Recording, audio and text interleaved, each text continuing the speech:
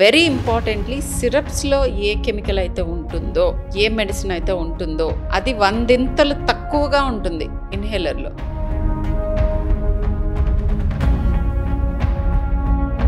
బిడ్డ పుట్టిన తర్వాత మామూలుగా ఇండియన్స్ బాత్ చేపిస్తారు, చాలా నలిపేస్తారు పిల్లల్ని. అది ఎంతవరకు సేఫ్ అన్నది ఒక క్వశ్చన్. పుట్టిన బిడ్డ ఒక యాంటీ బ్యాక్టీరియల్ కోట్తో పుడతారు.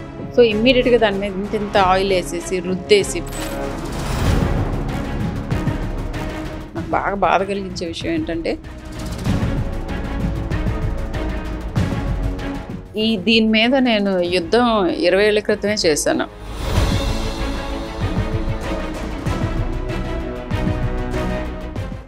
నమస్తే, దిస్ అనుష కుమల్. ఇవాళ మన guest doctor Sharmila Pendyala garu, head of the paediatric division, Apollo Jubilee Hills. వారితో మాట్లాడదాం. నమస్తే మ్యామ్.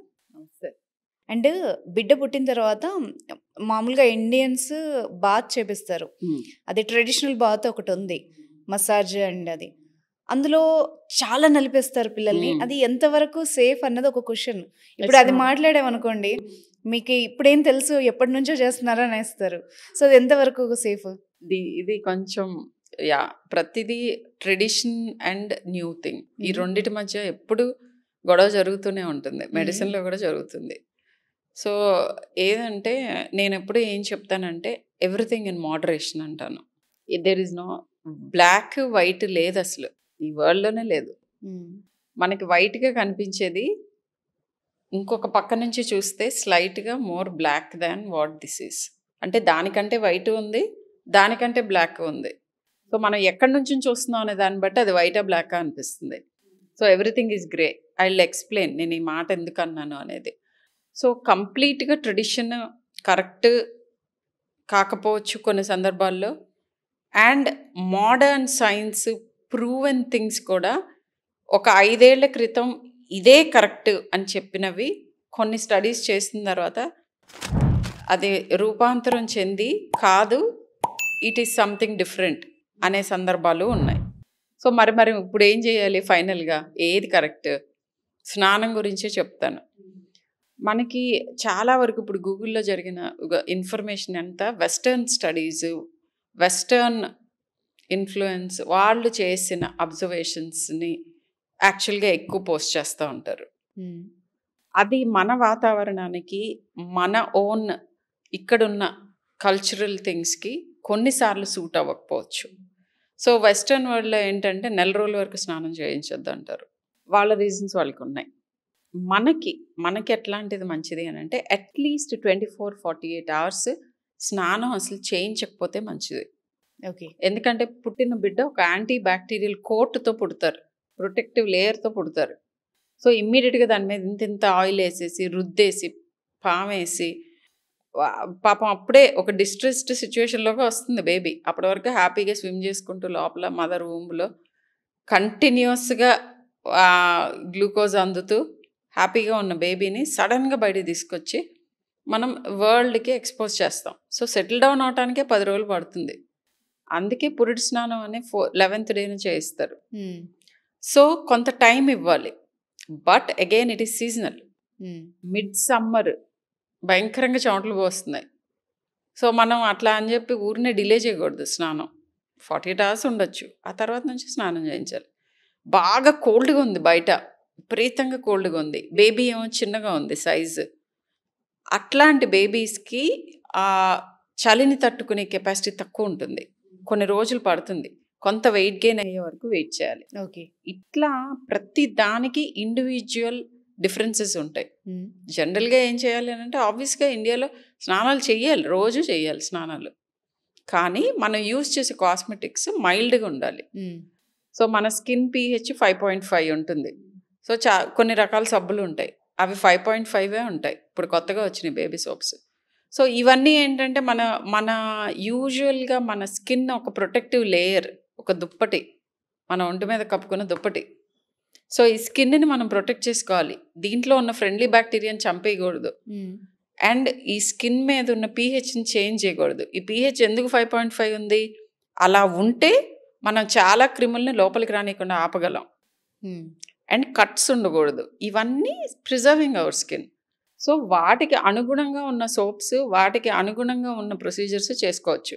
భయంకరంగా పిల్లల్ని లాగి, పీకి, బలవంతాన చేసే మసాజెస్ మంచివి కాదు. ఇప్పుడు ఇదే మిత్తర్ ఫ్యాక్ట్ అన్నది. ఎందుకంటే పిల్లలకి జెంటిల్ మసాజెస్ ఆర్ గుడ్. ఎంత మసాజ్ చేస్తే అంత గట్టిగా అవుతారంట. ఇది అట్లా అవ్వదు. It's like going to the gym. Okay.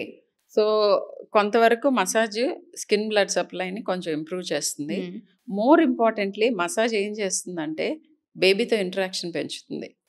బేబీకి ఆ టచ్ మూలన హ్యాపీనెస్ వస్తుంది. ఆక్సిజన్ లెవెల్స్ కూడా పెరుగుతాయి మనం అట్లా హ్యాండిల్ చేస్తున్నప్పుడు. సో మదర్ కళ్ళలో కళ్ళు పెట్టి చూస్తూ, కబుర్లు చెప్తూ, స్నానాలు చేయించడం మూలన బాండింగ్ పెరుగుతుంది. ఫీల్ గుడ్ హార్మోన్స్ సెక్రెట్ అవుతూ ఉంటాయి బేబీస్కి. అందుకని ఎదుగుదల బెటర్ అవుతుంది. ఓకే. సో ఎవరికైనా కానీ ఇప్పుడు మనం జిమ్కి వెళ్తే ఫీల్ గుడ్ హార్మోన్స్ వస్తాయి, యాంటీ డిప్రెసెంట్ అది. సో అలానే పిల్లలకి ఈ massages are good, but in a certain way. అట్లా అని కొంతమందికి మసాజెస్ చేస్తే ఇప్పుడు వేరే వేరే ఆయిల్స్తో చేస్తారు, వేరే వేరే థింగ్స్తో చేస్తారు, పిల్లలకి ర్యాషెస్ వస్తూ ఉంటాయి. సో అలాంటి పిల్లలకి ఏంటి, ఇప్పటి వరకు కనుక్కున్న దాని ప్రకారం coconut oil is the best oil for massaging a child. Okay. కొంతమంది కోకోనట్ ఆయిల్ కూడా పడదు. ఏం బెంగపడక్కర్లా, మామూలు మైల్డ్ సోప్, నేను చెప్పిన సోప్స్తో స్నానం చేయించి స్కిన్ కేర్ లోషన్స్ ఉంటాయి, వెరీ బేబీ ఫ్రెండ్లీ లోషన్స్. ఆ లోషన్ వేసి స్నానం చేసిన తర్వాత ఈ సేమ్ మసాజ్ మూమెంట్స్ చేయండి, బేబీ విల్ బీ హ్యాపీ. ఇంకొకటి ఇంపార్టెంట్ థింగ్ మేడం, పుట్టిన బిడ్డకి ఎప్పుడైతే స్నానానికి మసాజ్ చేస్తారో చాలా ఇళ్లల్లో ఏంటంటే అప్పుడే నిప్పల్స్ ఉంటాయి కదా, వాటిని బాగా మసాజ్ చేసి పాలు తీసి పిండి పారవస్తారు. అది ఉంటేనంట మేల్ మారే టైంలో బ్రెస్ట్ డెవలప్మెంట్ అవుతుంది. ఆ బాబు అయితే, పాప అయితే ఎర్లీగా బ్రెస్ట్ డెవలప్ అవుతుంది అని చెప్తున్నారు పెద్దవాళ్ళు. అది ఎంత సేఫ్, ఎలా చేయొచ్చు? So happy you asked me this question. ఎందుకంటే ఇది ఎప్పటి నుంచో, నేను ట్రైన్ అయినప్పటి నుంచి, అంటే 25 ఏళ్ల క్రితం నుంచి కూడా ఇవి మేము విన్నాము, చూసాము, చేయటం. అది చాలా one of the most brutal things. నాకు బాగా బాధ కలిగించే విషయం ఏంటంటే ఈ బ్రెస్ట్ని చాలా గట్టిగా పిండుతూ ఉంటారు, అండ్ దాని మూలన చాలా పెయిన్ ఉంటుంది బేబీకి, అండ్ అది డ్యామేజింగ్ యాక్చువల్గా. ఓకే. అస్సలు చేయకూడదు. ఈ కొత్తలో 6 వీక్స్ లోపు, కొన్నిసార్లు 3 నెలల వరకు కూడా తల్లి హార్మోన్స్ పిల్లల మీద ఇన్ఫ్లుయెన్స్ ఉంటాయి, పాల ద్వారా వెళ్తూ ఉంటాయి. మామూలుగా పుట్టుకతోనే ఆ మదర్ ఎన్వైరన్మెంట్లో నుంచి బయటకు వచ్చినప్పుడు కొన్ని న్యాచురల్ హార్మోనల్ షిఫ్ట్స్ జరుగుతూ ఉంటాయి చైల్డ్లో. ఆ హార్మోనల్ షిఫ్ట్స్ కొంతమందికి బ్రెస్ట్ ఎంగార్జ్మెంట్ కింద వస్తుంది, పాలు కూడా వస్తాయి కొంతమంది గర్ల్ బేబీస్ మెన్స్ట్రుయేట్ అవుతారు, మెన్స్ట్రుయేషన్ ఉంటుంది, వైట్ డిశ్చార్జ్ ఉంటుంది. ఇవన్నీ మోస్ట్ నార్మల్ న్యాచురల్ థింగ్స్. వీటికి మనం ఏం చేయక్కర్లా, జస్ట్ వెయిట్ అండ్ వాచ్ అంతే, సింపుల్. అండ్ అలా కాకుండా ఇలా అపోహలు, మీరు చెప్పిన అపోహలతోటి చాలా ట్రబుల్ చేస్తారు పాపం పిల్లల్ని. ఒక చైల్డ్కి అయితే బ్రెస్ట్ ఇన్ఫెక్ట్ అయ్యి, యాబ్సెస్ అయ్యి డ్రైన్ చేయాల్సి వచ్చింది. వాళ్ళంతా భయంకరంగా ఎక్స్ప్రెస్ చేశారు ఆ చైల్డ్కి. చాలా బాగా అనిపిస్తుంది అలాంటివి చూస్తే. సో ఇప్పుడు మీరు ఈ క్వశ్చన్ అడగటం వలన చాలా మంది బేబీస్ సేవ్ అయితే I'm so happy. Yes. And baby girl పుట్టినప్పుడు మీరు చెప్పింది ఇందాక ఆల్రెడీ చెప్పారు, బట్ జెనిటల్ ఏరియాలో కొన్ని రకాల అంటే బ్లడ్ కానీ ఇవి కానీ చూస్తుంటారు. అది ఎంత నార్మల్? డాక్టర్ని కన్సల్ట్ అవ్వాలా? ఏదైనా ఎమర్జెన్సీ ఉంటే? డెఫినెట్గా డాక్టర్ కన్సల్టేషన్ అవసరం. ఎందుకంటే ఇది సింపుల్ హార్మోనల్ షిఫ్ట్ మూలాన వచ్చే బ్లీడ్ అవ్వచ్చు, కొన్నిసార్లు బ్లీడింగ్ డిజార్డర్స్ మూలాన కూడా ప్రాబ్లం ఉండొచ్చు. బట్ వాటికి మిగతా ఫీచర్స్ ఇంకా డిఫరెంట్గా ఉంటాయి. సో 99% ఆఫ్ ద టైం ఇది నార్మల్ అవ్వచ్చు. కానీ ఇప్పుడు నేను చెప్పిన బ్రెస్ట్ ఎంగార్జ్మెంట్ దగ్గర నుంచి, వైట్ డిశ్చార్జ్ దగ్గర నుంచి, బ్లీడింగ్ దగ్గర నుంచి, కొన్నిసార్లు న్యూ బోర్న్లో excessive white discharge might be because they are having tumours ఓవరీలో, హార్మోనల్ ఇన్ఫ్లుయెన్స్ మూలన. ఇది సింపుల్ హార్మోనల్ ఇన్ఫ్లుయెన్సా, చేంజ్ అవుతుందా, అబ్నార్మల్గా ఉందా, వేరే ఇంకేం ఫీచర్స్ ఉన్నాయి, ఇవన్నీ డాక్టర్ చెక్ చేయాల్సిందే. మీరు డిస్కస్ చేస్తే మెనీ ఏ టైం నార్మల్ ఉండొచ్చు, కానీ ఆ ఒక్క అబ్నార్మల్ బేబీని కూడా మనం మిస్ అవ్వకూడదు. ఎందుకంటే నేను చెప్పినట్టు రైట్ టైంలో డయాగ్నోస్ అయితే రైట్ ట్రీట్మెంట్కి తొందరగా షిఫ్ట్ అవ్వచ్చు. అండ్ మ్యామ్, బ్రెస్ట్ ఫీడ్ చేసిన తర్వాత తేను పొచ్చే వరకు భుజం మీద వేసుకుంటారు, అది నార్మల్. Burping. కొందరిలో వామిటింగ్స్ ముక్కుల్లోంచి నోట్లోంచి వచ్చేస్తుంది, బట్ అది నార్మల్ అనుకుంటారు. అది ఎంతవరకు సేఫ్? ఎందుకంటే రీసెంట్గా ఒక ఫుటేజ్ చూసాను నేను. బేబీకి ఫీడ్ చేసిన తర్వాత ఇలా వేసుకుంటే బ్రెత్ ఏదో అయ్యి చనిపోయింది ఆ బేబీ. సో Aspirate అయి ఉంటారు. సో ద థింగ్ ఈస్, ఇది కూడా మంచి క్వశ్చన్ అడిగారు. దీనికి అగైన్ నేను ఒక సామెతతో చెప్తాను. ఇదివరకు ఏంటంటే కక్కే పిల్లలే దక్కుతారు అనేవాళ్ళు. So some amount of posseting or little bit of regurgitation కంప్లీట్గా నార్మల్. బాగా పాలు తాగే వాళ్ళే కొద్దిగా కక్కుతారు, దరిది నార్మలే. పెద్ద పెద్ద వాంతులు చేస్తున్నారు అనుకోండి, commonest reason vomiting newborn baby. ఒకటి, ఇప్పుడు ఆల్మోస్ట్ అందరికీ బర్ప్ చేయాలని తెలుసు, is overfeeding. Overfeeding అంటే ఎక్స్క్లూజివ్గా బ్రెస్ట్ ఫెడ్ బేబీస్కి ఓవర్ ఫీడింగ్ ఈజ్ కుదరదు. కానీ వీళ్ళే అనుకుంటారు బేబీకి పాలు సరిపోవట్లేదు అని చెప్పి ఎక్స్ట్రా ఫార్ములా ఇస్తూ ఉంటారు. లేకపోతే నిద్రపోతున్న బేబీని పడుకోనివ్వకుండా మాటిమాటికి లేపి పడుతూ ఉంటారు. సో ఇలాంటివి చేయటం వలన వాంతులతో వస్తారు. ఓకే. ఇంకొక కొత్త థింగ్ ఈ మధ్య చాలా ఎక్కువగా చూస్తున్నాం లాస్ట్ 5 yearsగా, కౌ మిల్క్ ప్రోటీన్ అలర్జీ. ఇది బాగా ఎక్కువైంది. ఒకప్పుడు పుస్తకాల్లో చదువుకునే వాళ్ళం, అసలు ఇండియాలో లేదనుకునే వాళ్ళం ట్రైన్ అవుతున్నప్పుడు. సో ఇది ఒకటి చాలా ఎక్కువైంది. ఏంటి madam exact? Cow milk protein allergy ఎట్లా ఉంటుంది అని అంటే, పిల్లలు ఇట్లా వాంతులు చేస్తూ రావచ్చు, లేదా విపరీతంగా ఎక్సెసివ్గా ఏడుస్తూ ఉంటారు, లూజ్ మోషన్స్ ఉంటాయి. ఇట్లాంటివన్నీ జరిగే అవకాశం ఉంటుంది. మదర్ ఎక్స్క్లూజివ్లీ బ్రెస్ట్ ఫెడ్ బేబీస్లో కౌ మిల్క్ ఎక్కడి నుంచి వెళ్తుంది వాళ్ళ బాడీకి? ఎక్కడి నుంచి వెళ్తుందంటే, తల్లి తాగుతున్న పాలల్లో ఉన్న cow milk protein allergy breast మిల్క్లో సెక్రీట్ అయ్యి అది కూడా కాజ్ చేయొచ్చు. ఓకే. ఇంకా కొంతమందికి బేబీస్కి డైరెక్ట్గా వేరే బఫ్లో కౌ మిల్క్ పడతారు, అలాంటి వాళ్ళకి రావచ్చు. ఇదేమీ లేకుండా మదర్ని ఒక్కసారి డైరీలోంచి తీసేగానే గో ఆఫ్ డైరీ అని చెప్తాం. ఓట్ మిల్క్ కానీ లేకపోతే ఆల్మండ్ మిల్క్ తాగొచ్చు, మరి ఇంకా కాఫీ టీలు తాగలేని వాళ్ళు, తాగకుండా ఉండలేని వాళ్ళు. బట్ అదర్వైజ్ డైరీ తీసేగానే బేబీ సిమ్టమ్స్ అన్నీ బెటర్ అవుతాయి. ఓకే. అంటే నాకు నార్మల్గా డౌట్ వచ్చింది, తల్లి పాలు పడినప్పుడు ఆవు పాలే కదా తాగిపిస్తారు, దాంతో కూడా ఎలర్జీ ఉంటుందా పిల్లలు? That is very well known. Cow milk protein allergy అనేది it's a big thing. Buffalo మిల్క్లో ఈ ప్రోటీన్ ఉండదు, కౌ మిల్క్లోనే ఉంటుంది. ఓకే. అండ్ ఇప్పుడు మామూలుగా ప్యాకెట్లో వచ్చే పాలు it's a mixture, both కవ్ and buffalo అన్నీ కలిపి కదా ప్యాకెట్ పాలు ఇస్తారు. అండ్ కౌ మిల్క్ కానీ బఫెలో మిల్క్ కానీ బిలో 1 year ఇవ్వకూడదు ఇఫ్ యూ కెన్ అఫోర్డ్. ఇప్పుడు తల్లిపాలు బెస్ట్. కొన్ని స్పెషల్ సిచ్యువేషన్స్లో తల్లిపాలు ఇవ్వలేకపోతే ఈ ఫార్ములాస్ ఉన్నాయి. అవేంటి మరి? ఫార్ములా కూడా ఎక్కడి నుంచి వస్తుంది? ఆ పొడి ఎక్కడ తయారు చేస్తారు? ఫ్యాక్టరీలో. కౌ మిల్క్ బఫెలో మిల్క్ నుంచే తయారు చేస్తారు, బఫెలో మిల్క్ నుంచే తయారు చేస్తారు అవి. Okay. But breast milk composition చదివి దీనికి వీలైనంత క్లోజెస్ట్గా తీసుకెళ్తారు ఫార్ములాని. సో ఈ baby kidneys, liver, ice, brain, heart, lungs అన్నీ ఎక్స్ట్రా సొల్యూట్ లోడ్స్, డిఫరెంట్గా సోడియం ఎక్కువ అవటం, పొటాషియం తక్కువ అవటం, లేకపోతే ఇంకొక ప్రోటీన్ ఎక్కువ అవటం, ప్రోటీన్ తక్కువ అవటం. ప్రోటీన్ మరీ ఎక్కువగా కూడా ఉండకూడదు. కిడ్నీస్కి ఇంత కేపబిలిటీ అని ఉంటుంది న్యూ బార్న్ బేబీ కిడ్నీస్కి. సో సొల్యూట్ లోడ్స్ అంటాం. వీటన్నిటినీ కూడా తల్లి పాలకి వీలైనంత క్లోజ్గా తీసుకెళ్లేది ఫార్ములాస్. ఓకే. బట్ అగైన్ చూస్తున్న వాళ్ళకి I'm not advocating formulas. Formula feeding మంచిదని నేను చెప్పను. But cow milk, buffalo milk కంటే ఫార్ములాస్ బెటర్. అన్నిటికంటే బెస్ట్ ఏది? దీనికి పెద్ద మనకేమి there is no 2 ways. Mother milk. Foreign కంట్రీస్లో ఇప్పుడు కొత్తగా బ్రెస్ట్ ఫీడ్ చేయాలి అని క్యాంపెయిన్స్ చేస్తున్నారు. బట్ ఇండియాలో ఒక సాడ్ థింగ్ నేను చూశాను. ఒక హాస్పిటల్లో బేబీకి ఫీడింగ్ రూమ్ ఉంది. అక్కడ ఒక తల్లి కూతుర్ని బతిమలాడుతుంది బిడ్డకు పాలిమని. లేదు నేను ఇవ్వనంటుంది ఆ అమ్మాయి.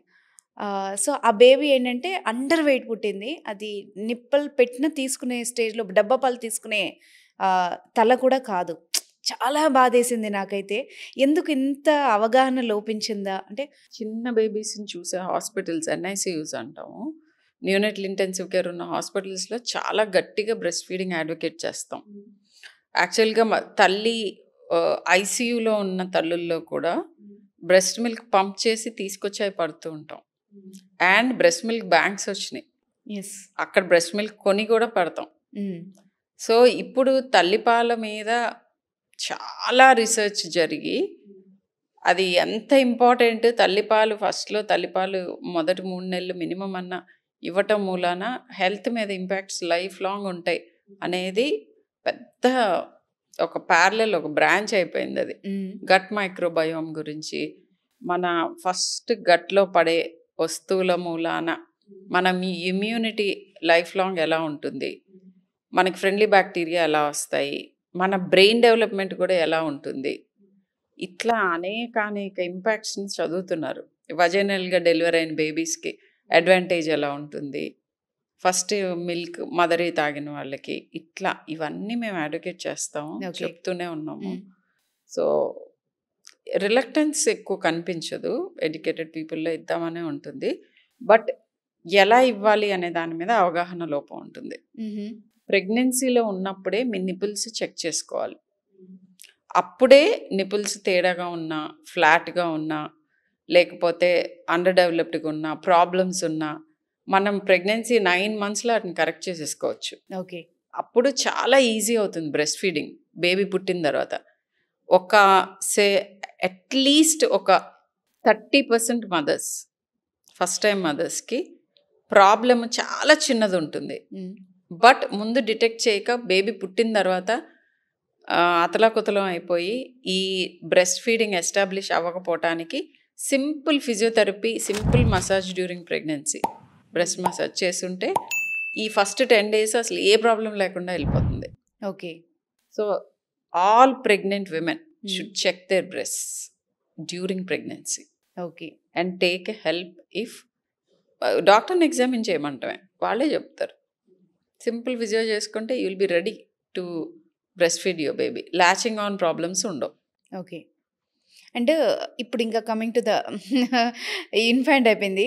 పెద్దగా అయిన పిల్లలకి ఫస్ట్ వాళ్ళు ఏడుస్తే ఇచ్చేది చాక్లెట్ అండ్ బిస్కెట్, ఏదైనా స్నాక్. స్కూల్కి కూడా ఈ మధ్య ఏంటంటే స్నాక్ పీరియడ్ అనేది ఒకటి ఉంటే దాంట్లో కూడా టిఫిన్ బాక్స్లో పెట్టేది బిస్కెట్లు, లేకపోతే చాక్లెట్, ఇంకేదో స్నాక్. ఎంత కరెక్ట్ ఇది? దీని మీద నేను యుద్ధం 20 ఏళ్ల క్రితమే చేశాను. ఓకే, నా పిల్లల స్కూల్లో. సో అప్పుడు ఒక చిన్న రూలింగ్ పాస్ చేపించాను ఆ పర్టికులర్ స్కూల్లో. జంక్ ఫుడ్ అనేది అలౌ చేయకూడదు బ్రేక్ టైమ్స్లో. అంటే మా పిల్లలు ఏమనేవారంటే, మమ్మీ మా బాక్స్ షేర్ చేసుకోవడానికి ఎవరు రెడీ లేరు, because it's supposedly healthy and boring అనేవారు, ఇట్లా వచ్చి కళ్ళు తిప్పుకుంటూ. అయితే నేనేం చెప్పేదాన్ని అంటే, ఓకే హెల్దీ అండ్ ఇంట్రెస్టింగ్ చేస్తాను, కానీ జంక్ ఫుడ్తో ఎప్పటికీ మనం కంపీట్ చేయలేం, ఎందుకంటే హై సాల్ట్ హై షుగర్ ఉంటుంది దాంట్లో. సో ఆలోచించి నేను వెళ్ళి ఇంకా ప్రిన్సిపల్తో మాట్లాడి చేంజ్ చేయించాను. But anyway that's besides the point. So biscuits గురించి నాకు మ్యాక్సిమం నెంబర్ ఆఫ్ క్వశ్చన్స్ వస్తాయి. ఏంటంటే బేబీ ఫుడ్ స్టార్ట్ చేయగానే 6 నెలలు నిండినప్పుడు ఫుడ్ పెట్టాలి. సో ఏ బిస్కెట్స్ ఇవ్వచ్చు అని అడుగుతారు. Okay, biscuit is a good healthy food and part of normal weaning అనుకుంటారు అసలు. అంటే ఫుడ్ పెట్టడం మొదలుపెట్టిన ప్రతి చైల్డ్కి biscuit is one of the food అనుకుంటారు. ఇది కామన్ మిస్కన్సెప్షన్. షూర్గా నాకు కూడా పెట్టుంటారు చిన్నప్పుడు. సో బిస్కెట్లో ఉన్నది maida, sugar and various other preservatives and additives. ఏ ఒక్క పదార్థం బిస్కెట్లో తయారీలో ఉన్న ఏ ఒక్క పదార్థం కూడా పనికొచ్చేది కాదు. Worst food, one of the worst foods బేబీస్కి ఇచ్చేవైతే వర్స్ట్ ఫుడ్స్. ప్రస్తుతానికి ఇంకా నన్ను 2 ఏళ్ల లోపు చాక్లెట్లు పెట్టచ్చా, ఏ చాక్లెట్లు మంచివి అని అడగలేదు. బట్ బిస్కెట్స్ మాత్రం కంపల్సరీ అందరూ అడుగుతారు. So biscuits are big no. And ఇంకొక కామన్ మిస్కన్సెప్షన్ ఏంటంటే త్రెప్టిన్ బిస్కెట్లు, అవి వెరీ హెల్దీ అనుకుంటారు. అవి హై ప్రోటీన్ బిస్కెట్స్ అడల్ట్స్కి ఇస్తాం యూజువల్గా. ఆపరేషన్ అయ్యి ఫుడ్ తినలేని పరిస్థితుల్లో హై ప్రోటీన్ బిస్కెట్స్ అవి. సో కొన్ని మెడికల్ కండిషన్స్లో ఉన్నప్పుడు అవి ఇస్తాం. ప్రోటీన్ పౌడర్స్ లాగానే ప్రోటీన్ బిస్కెట్స్ ఉన్నాయి. అవి చిన్నపిల్లలకి పెడుతూ ఉంటారు. ఓకే. అది అస్సలు హెల్దీ కాదు. అండ్ సింపుల్ లాజిక్ చెప్తాను. మనం బిస్కెట్లు తింటూ పెరగమని కాదు కదా నేచర్ చెప్పింది మనకి. నేచర్లో న్యాచురల్గా పండేవి తింటూ మనం పెరగాలి. ఎప్పుడైతే మనం తినే ఫుడ్ ప్రొడక్షన్ దగ్గర నుంచి మన నోట్లోకి వెళ్ళే లోపు ఎన్ని ప్రాసెస్లు అండర్గో అయ్యి మన నోట్లోకి వెళ్తుందో అంత బ్యాడ్ ఫుడ్. ఎంత తక్కువ ప్రాసెసింగ్తో నోట్లోకి వెళ్తుందో అంత హెల్దీ ఫుడ్. సో కంప్లీట్గా ఫ్యాక్టరీలో మాత్రమే తయారయ్యే ఫుడ్స్ బిస్కెట్స్, చాక్లెట్స్, చిప్స్ ఇవన్నీ. సో ఇవన్నీ అల్ట్రా ప్రాసెస్డ్ ఫుడ్స్ అంటాం. సాసెస్ అసలు నేచర్లో లేవు, అవి మనం తయారు చేసాం వాటిని. సో సాసెస్ కానీ ఇట్లాంటివన్నీ అనమాట. High sugar, high salt, high sodium diets ఇవన్నీ చాలా బ్యాడ్. పర్టికులర్లీ చిల్డ్రన్లో బిస్కెట్స్ హై షుగర్ అండ్ ఈ థ్రెప్టిన్ బిస్కెట్స్ మరి హై షుగర్ కాదు కదా, హై ప్రోటీన్, అవి మంచివి కదా అని అంటే ప్రోటీన్ న్యాచురల్గా తీసుకోవాలి. ప్రోటీన్ ఫ్యాక్టరీలో తయారు చేసుకుని తినకూడదు మనం. ప్రోటీన్ రిచ్ ఫుడ్స్ ఏమిటి అని అంటే పప్పు, chole, rajma, soybeans, egg, chicken. నేను ఇక్కడే స్టాప్ చేస్తాను. నేను మటన్ అండ్ సీ ఫుడ్స్ చెప్పను. Fish is extremely good. Fish is good. కానీ ఫిష్ తినేటప్పుడు మీరు చెక్ చేసుకోవాలి ఆ ఫిష్ ఎక్కడి నుంచి వస్తుంది. ఫ్యాక్టరీలో ప్రాసెస్ అయ్యి వస్తున్న ఫిష్ అయితే వాటిల్లో లెడ్ లెవెల్స్, ఆర్సనిక్ లెవెల్స్ ఇలాంటివన్నీ చెక్ చేసుకోవాలి. న్యాచురల్గా దొరికే ఫిష్ అయితే we're happy. But yeah, so ముళ్ళులు ఇలాంటివన్నీ కూడా ఉంటాయి. సో ఇవన్నీ కేర్ఫుల్గా ఉండాలి. బోన్స్, ఎందుకంటే ఫిష్ బోన్ ప్రాబ్లమ్స్తో చాలామంది కిడ్స్, అడల్ట్స్ వస్తూ ఉంటారు ఎమర్జెన్సీస్కి. సో ఇలా మనం నేచర్ నుంచి తీసుకున్న వాటిలో నుంచి పెరగాలి. మీరు చెప్పిన ప్రకారం ఏదైనా మన చేత్తో చేసుకుంటే ఇంకా బెస్ట్. ఇంట్లో తయారు చేసుకోవడం స్టిల్ ఈజ్ ఓకే. వర్కింగ్ విమెన్కి, ఎంప్లాయీస్ అవ్వన్ మీ ఇంట్లో ఇంగ్రీడియంట్స్ వీలైనంత వరకు. ఇప్పుడు మసాలాలు ఏదైనా కూడా సమ్ అమౌంట్ ఆఫ్ ప్రాసెసింగ్ ఉంటుంది. ఇప్పుడు మరి నేను చోలే, పప్పు, ఉప్పు అవన్నీ చెప్పాను. అవన్నీ డైరెక్ట్గా మనకి ఏమన్నా భూమిలో నుంచి మనం తీసుకుని తింటున్నామా? తినట్లా. అవి కూడా ఫ్యాక్టరీస్లో నుంచి ప్యాకేజ్ అయ్యే వస్తున్నాయి. సో అల్ట్రా ప్రాసెస్డ్ కాదు అది, జస్ట్ వన్ న్యాచురల్ ఫుడ్. పాడవ్వకుండా చేయాల్సిన కొన్ని చేసి మనకి ప్యాకెట్లో అందిస్తున్నారు. Those are still okay. But ultra processing అంటాం. ఆ అల్ట్రా ప్రాసెస్డ్ ఫుడ్స్ చాలా డేంజరస్. అండ్ అవి ఇప్పుడు రైజ్ అవుతున్న cancers, auto immune problems, fertility issues, developmental issues, autism problems, mental health issues and లేట్గా డెవలప్ అయ్యే ఆల్జైమర్స్, పార్కిన్సన్స్, వీటన్నిటిలోనూ వీటి రోల్ ఉంది. వీటిల్లో రోల్ దేనికి ఉన్నాయంటే అల్ట్రా ప్రాసెస్డ్ ఫుడ్స్కి and maternal health during pregnancy. Okay, ఈ రెండు very important things. So first meal బ్రేక్ఫాస్ట్కి వచ్చేసరికి పిల్లలకి ఎంత మంచి యాడ్స్, అసలు బ్రెడ్, జాము, సెరల్స్ ఇవన్నీ కూడా. అంటే సింపుల్ బ్రేక్ఫాస్ట్, మళ్ళీ దానికి వాళ్ళు ఏం చెప్తారంటే ఇందులో రాగి ఉంది, లేకపోతే కాల్షియం ఉంది. అసలు ఎంత అట్రాక్టివ్గా ఉంటాయి. అవి ఎంతవరకు సేఫ్ పిల్లలకి? Not safe. వీలైనంత తక్కువ ఫ్యాక్టరీలో నుంచి రావాలి మన ఫుడ్. సో ప్రాసెసింగ్ ఎంత తక్కువ ఉంటే అంత మంచి ఫుడ్. ఎస్. సో సీరియల్స్లో కూడా చాక్లెట్, షుగర్ ఎడిషన్ ఎక్కువగా ఉన్న సీరియల్స్ ఉన్నాయి. అవును, మినిమల్గా ఉన్న సీరియల్స్ ఉన్నాయి. సో మన చాయిస్ ఉంటుంది. వీలైనంత వరకు మన ట్రెడిషనల్ ఇండియన్ బ్రేక్ఫాస్ట్లు, ట్రెడిషనల్ ఇండియన్ ఫుడ్లో మంచివి చాలా ఉన్నాయి. One of the best 2 foods అంటే Indian foods, idli, sambar and chaddannam. Okay, chaddannam is the fermented food. పొద్దున్న చద్దన్నం తిని వెళ్ళే వాళ్ళ గట్ హెల్త్ చాలా బాగుంటుంది. సో ఓవర్ నైట్ మిగిలిన అన్నాన్ని ఏం చేసేవారంటే పాలల్లో వేసి తోడేసి వదిలేసి పొద్దున్నే ఆ ఫుడ్ తిని వెళ్ళేవారు మన పూర్వీకులు. ఇప్పుడు ఫర్మెంటెడ్ ఫుడ్ అని చెప్పి, ప్రోబయోటిక్ ఫుడ్ అని చెప్పి కష్టపడిపోతున్నారు. అవును, ఇది మనం ఎప్పుడో మన ఏన్షియంట్ విజ్డమ్ ఎప్పటి నుంచో చేసాం, తరతరాలుగా చేసాం. సో కొంత అమౌంట్ ఆఫ్ కర్డ్ ఎవ్రీడే తినాలి, అది న్యాచురల్ ప్రోబయోటిక్. అండ్ పప్పుచారులో పప్పు, వెజిటబుల్స్ అండ్ పసుపుకి యాంటీ క్యాన్సర్ ప్రాపర్టీస్ ఉంటాయి. Pappu is the very low fat protein and vegetables gut హెల్త్కి చాలా మంచిది.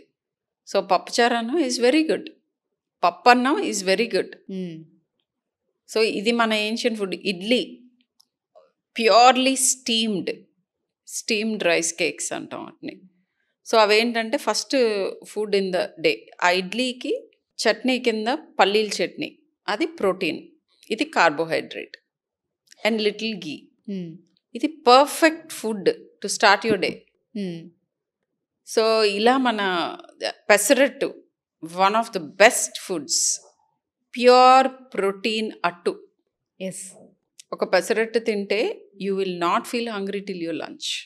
That's high protein and good carbs. So ఇట్లా అనమాట. సో మన ట్రెడిషనల్ ఫుడ్లో చాలా మంచివి ఉన్నాయి.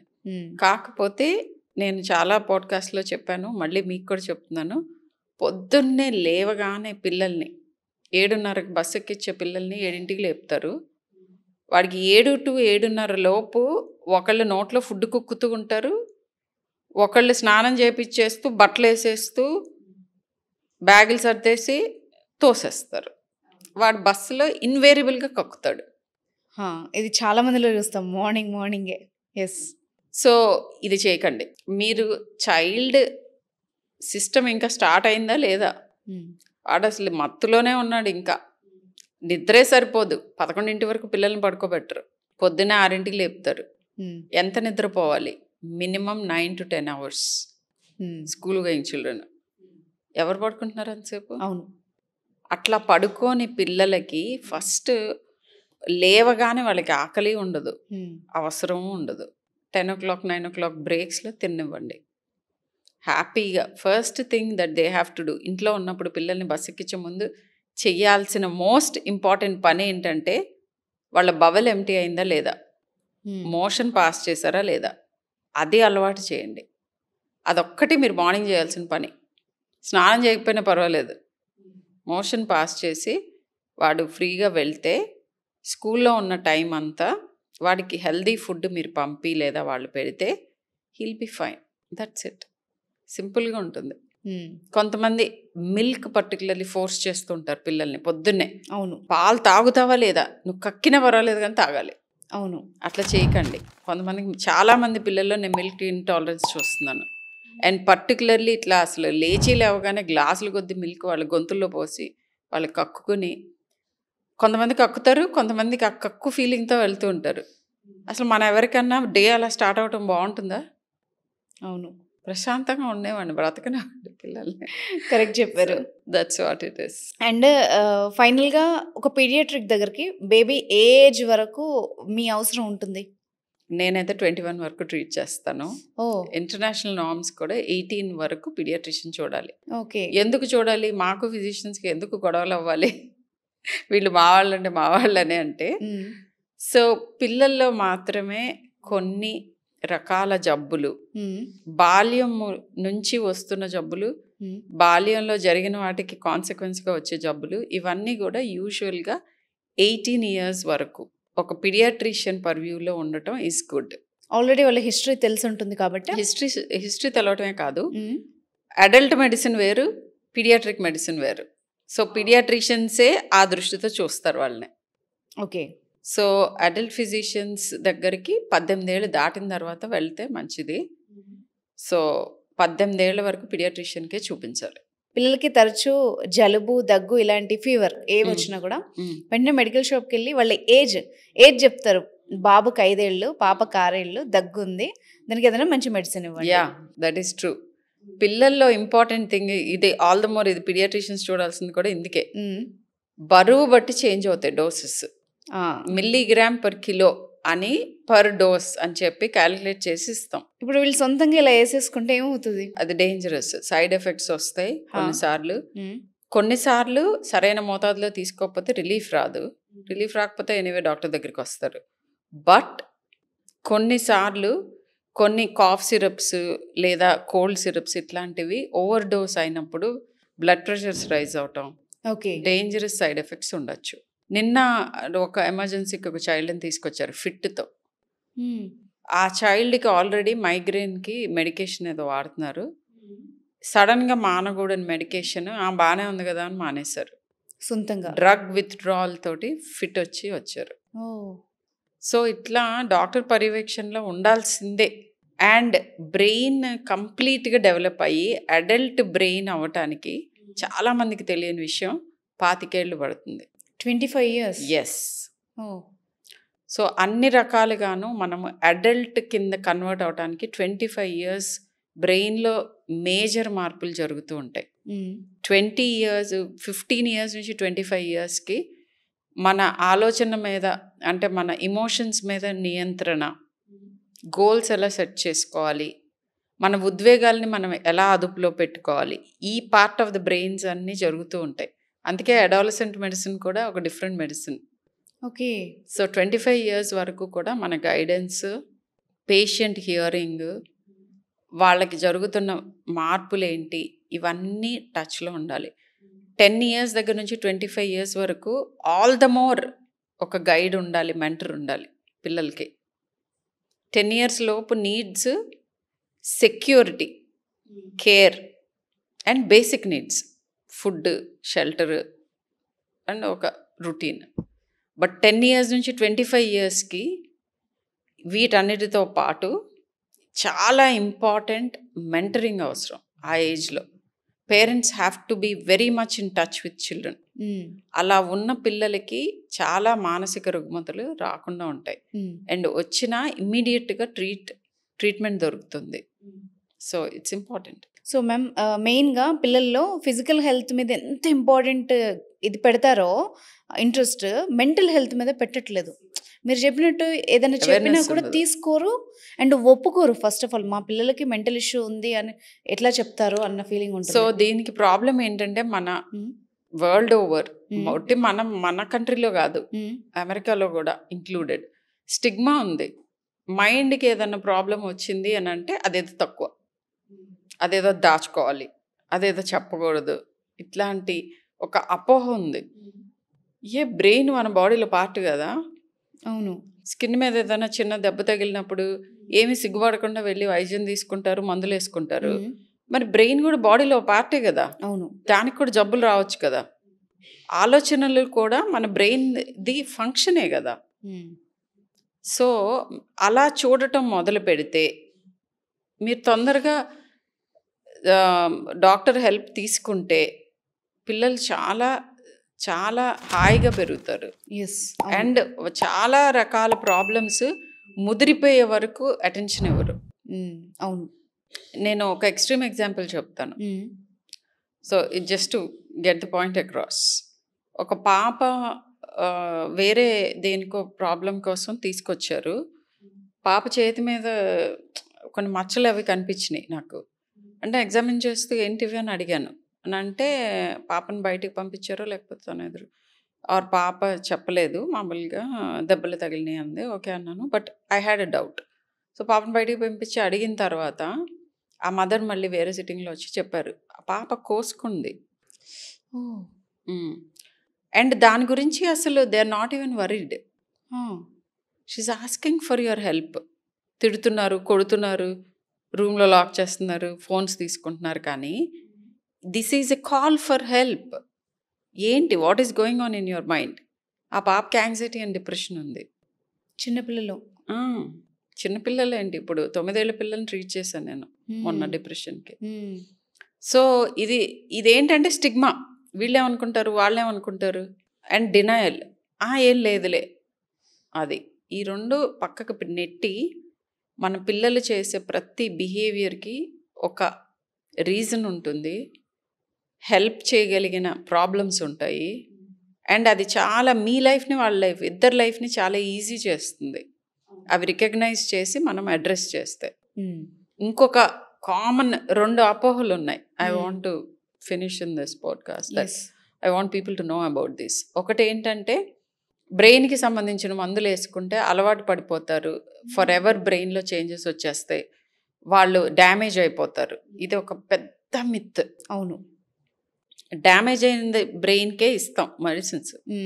మెడిసిన్ మూలం డ్యామేజ్ అవటం కాదు, బెటర్ అవుతారు. ఏమి రుగ్మత లేని వాళ్ళకి మెడిసిన్స్ ఇవ్వరు కదా. ఆ రుగ్మత మెడిసిన్స్ ఎన్నాళ్ళు కావాల్సి వస్తే అన్నాళ్ళు తీసుకోవాలి. ఒక సింపుల్ ఎగ్జాంపుల్ చెప్తాను. డయాబెటీస్ ఉంది. డయాబెటీస్ అంటే ఏంటి? ఇనఫ్ ఇన్సులిన్ లేకపోవటం. అవును. అది మీరు షుగర్ ఎక్కువ లోడ్ చేయటం మూలన, మజిల్ లేకపోవటం మూలన, లేకపోతే ఇన్సులిన్ ఉత్పత్తిలో ప్రాబ్లమ్సా, బయట నుంచి తీసుకుంటారు. నోట్లో తీసుకునే డయాబెటిక్ మెడికేషన్స్ కొన్ని ఇన్సులిన్ ఉత్పత్తిని పెంచుతాయి. అలా కాకుండా వేరే రకమైన డయాబెటీస్లో ఇన్సులినే తీసుకుంటారు. ఏం చేస్తున్నారు? ఇక్కడ లేని కెమికల్ని మీరు బయట నుంచి తీసుకుంటున్నారు. థైరాయిడ్ ప్రాబ్లమ్స్ ఉన్నాయి, థైరాక్సిన్ సరిపోవట్లే బాడీకి, థైరాక్సిన్ తీసుకుంటున్నారు. మరి మైండ్లో కూడా కొన్ని కెమికల్స్ తక్కువ అవుతాయి, కొన్ని కెమికల్స్ ఉత్పత్తి అవ్వవు, కొన్ని కెమికల్స్ ఎక్కువ ఉత్పత్తి అవుతాయి. వీటన్నిటిని మనం ఈవెన్ అవుట్ చేసుకోవాలి కదా. చేసుకుంటేనే కదా వాళ్ళు బయటపడేది. అవును. సో ఒట్టి బ్రెయిన్ వరకు వచ్చినప్పుడు మాత్రం ఎందుకంత భయపడతారు? అడిక్ట్ అవ్వటము, లేకపోతే అలవాటు పడిపోవటము, ఇట్లాంటివి ఏవి ఉండవు. అవసరమైనప్పుడే ఇస్తాం. అవి తీసేస్తే మళ్ళీ జబ్బు వస్తుందని అంటే జబ్బు ఉంది కాబట్టి వస్తుంది అంటే ఏంటి? లాంగ్ టర్మ్ తీసుకోవాలి. ఇప్పుడు నాకు ఇన్సులిన్ అవసరము, ఇన్సులిన్ తీసుకుంటే నా బాడీ అలవాటు అయిపోతుంది, నేను అందుకని ఇన్సులిన్ తీసుకున్నానంటే ఎట్లా కుదురుతుంది? ఇన్సులిన్ అవసరం, నార్మల్ ఫంక్షనింగ్ అవ్వట్లేదు నీ బాడీ, ఆ లేమి ఉంది. Similarly psychiatric medication number 1.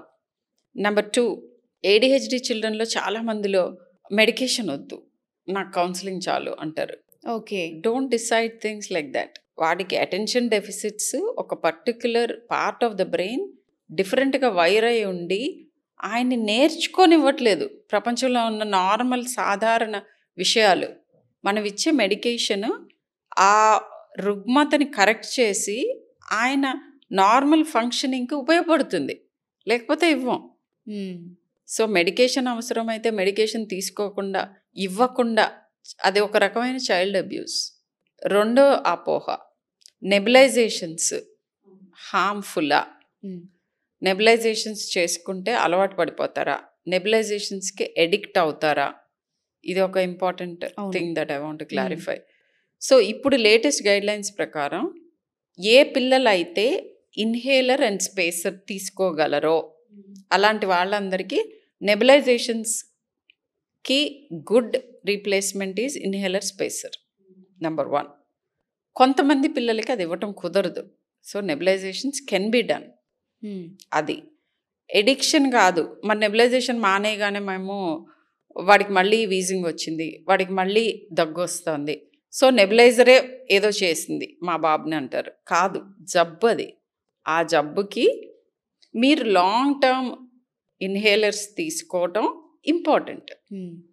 Inhalers తీసుకుంటే పక్కింటి వాళ్ళు ఏదో అనుకుంటారు, మా వాడికి ఏదో జబ్బు ఉందని, ఆస్తమా ఉందని. సో అది why should you feel wrong about it? ఇప్పుడు ఆల్మోస్ట్ ఇది అతిశయోక్తి కాదు, 10 మంది పిల్లల్లో అట్లీస్ట్ 5 నుంచి 7 మందికి అలర్జీస్ ఉన్నాయి. Some form of allergy, skin allergy, bronchial allergy, nasal allergy, ఏదో ఒకటి. అది ఒక సింపుల్ మెడికేషన్ అంతే. అంతకు మించి అది ఏ రకంగానూ మిమ్మల్ని హాని చేయదు. అవసరమైన వాళ్ళల్లోనే చెప్తాము. అండ్ వెరీ ఇంపార్టెంట్లీ, సిరప్స్లో ఏ కెమికల్ అయితే ఉంటుందో, ఏ మెడిసిన్ అయితే ఉంటుందో అది 100 తక్కువగా ఉంటుంది ఇన్హేలర్లో. ఓన్లీ లంగ్స్ మీదే పనిచేస్తుంది, బాడీలో ఏ పార్ట్ మీద ఎఫెక్ట్ ఉండదు. మీరు తాగే సిరప్ బ్లడ్లో కలిసి అన్ని ఆర్గన్స్కి వెళుతూ లంగ్స్కి కూడా వెళ్ళి పనిచేయాలి. But inhalers only direct to the lungs. అక్కడ మాత్రమే 1/100th ఆఫ్ డోస్లో ఇఫెక్టివ్. ఓకే. ఎందుకంటే లివర్లోంచి, కిడ్నీలోంచి వెళ్ళట్లేదు కాబట్టి డిస్ట్రక్షన్ ఉండదు. సో ఇలా so leave the decisions to your doctor. And ప్రతి ఇంటర్వ్యూలోనూ చెప్తాను, నేను చేసేదే ఇది. డాక్టర్ దగ్గరికి వెళ్ళే ముందు విపరీతంగా రీసెర్చ్ చేసుకోండి డాక్టర్ గురించి. చేయండి, మీకు ఎంత యాక్సెస్ ఉంటే అంత చేసుకోండి. డాక్టర్ని చూస్ చేసుకున్న తర్వాత డిస్కస్ చేయండి. డిస్కషన్ ఉండకూడదని నేను అసలు ఎప్పుడు అన్నాను. అడగండి. మీ అపోహలు, భయాలు, ఆందోళనలు, అనుమానాలు అన్నీ అడగచ్చు, కానీ చెప్పింది ఫాలో అవ్వాలి. ఓకే. సొంత డెసిషన్స్ తీసుకోవచ్చు. సో ఎలాగో ఇది మీరు ఒక్కటే నా విన్నపం. ఈ మధ్యలో మీ దగ్గరకు వచ్చి పేరెంట్స్ మాట్లాడే సిల్లీ క్వశ్చన్స్ అయ్యి ఉండొచ్చు, మిత్స్ అండ్ ఇది అయ్యి ఉండొచ్చు, ఏవి ఎక్కువ అడుగుతారు?